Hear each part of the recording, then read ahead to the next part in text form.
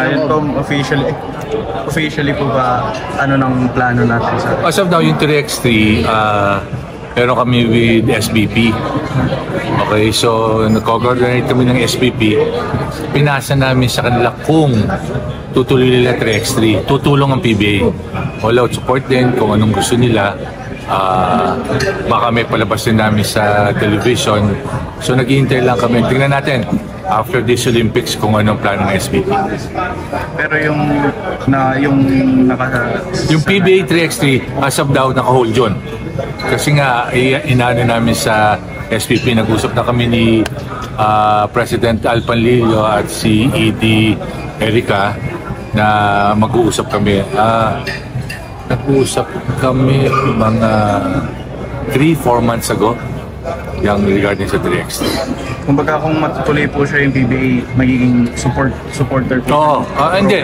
Main pa rin. Baka gamitin pa rin ng PBA 3x3, sasama lang si SBP o sila, kami magpapatakbo sa kanila yung SBP 3x3. Nandun pa kami sa stage na yun. Dito ka na rin lang,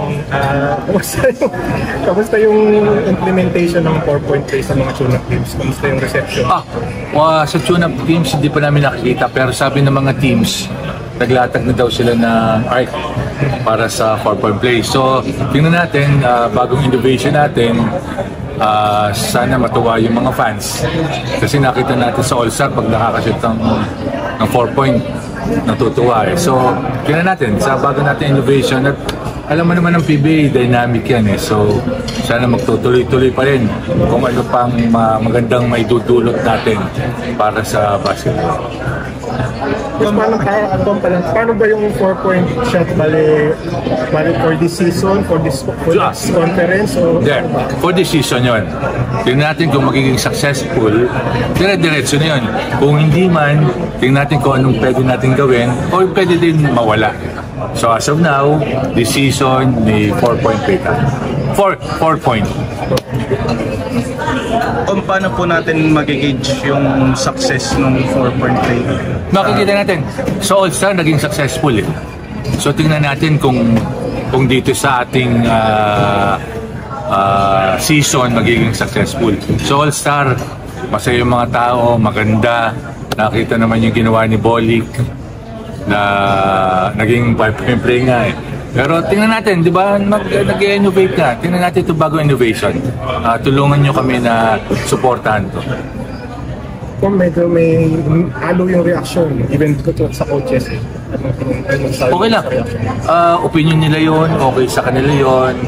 Okay lang sa atin yon. Okay lang sa akin kung kahit yung mga fans, di ba, hindi ba alam. Tingnan natin, pagbigyan nyo muna kami. Tingnan natin kung magiging successful.